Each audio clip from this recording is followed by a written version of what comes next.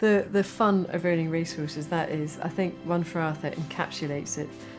Two old school friends who met up again, hadn't seen each other for ages, met up again at my owner's lunch, decided they were going to buy a horse together. I went to Kelso Racecourse and decided in the hospitality box, maybe fuelled by a few Edinburgh gins, that they were going to buy a horse together. Then we went off to Cheltenham Sales, and it was quite fun actually, because the two golf widows, Belinda and Debs, and myself and Scoo, we all looked at the horse separately, and we all decided, we looked at a lot of horses, and we decided that One for Arthur was the top of our list. All four of us decided that.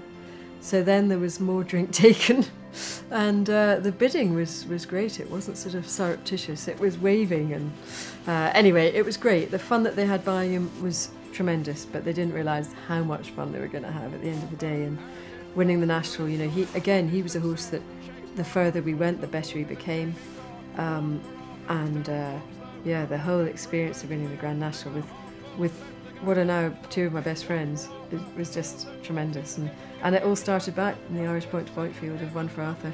He beat Black Lion, or Black Lion beat him, and then in the National I think he beat Black Lion. So it was a great experience, and just what a fun way to buy a horse.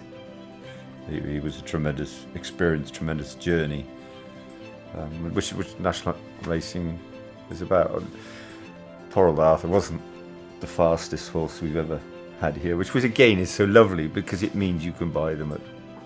He'd have 4 or 5 runs. He'd been beautifully produced. He was adored by where he'd come from, and but I remember driving up the road and saying, "We've paid too much money for that." And then the fun, you know, we kept condemning the poor old horse. We thought it was the nicest horse we'd ever got, and he got beat at Hexham. And I said, "Well, if that's the best horse we've got no chance." And then I remember he got beat at Aintree in a hurdle race once, and the boys said to the girls, "He's useless," and there was tears all running down thing. And so then we set him off as a Gold Cup horse, and he'd won at Kelso and other events, and then we ran him straight to Cheltenham, obviously, in the autumn. He got beaten a fence. More tears. More tears.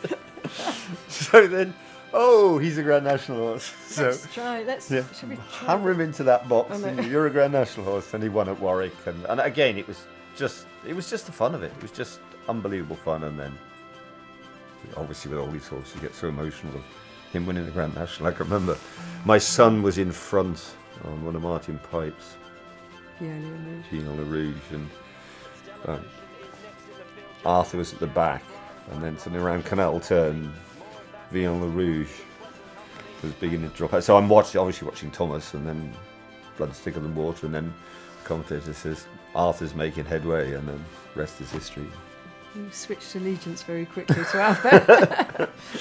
One for Arthur for Scotland is closing in on the left, and he jumps into second behind Black Lion as they took the penultimate fence. They're chased by Cause of Causes, Gas Line Boy in the purple jacket. Great days, really. Ronnie Bartlett kindly taken us up to his box to watch it. So Nicky Henderson was up there. His fell at the first, so that was a sort of a dampener on the box, wasn't it? Don't mention he's won it. And then I came running out of the stands and went up to Mr. McManus's son.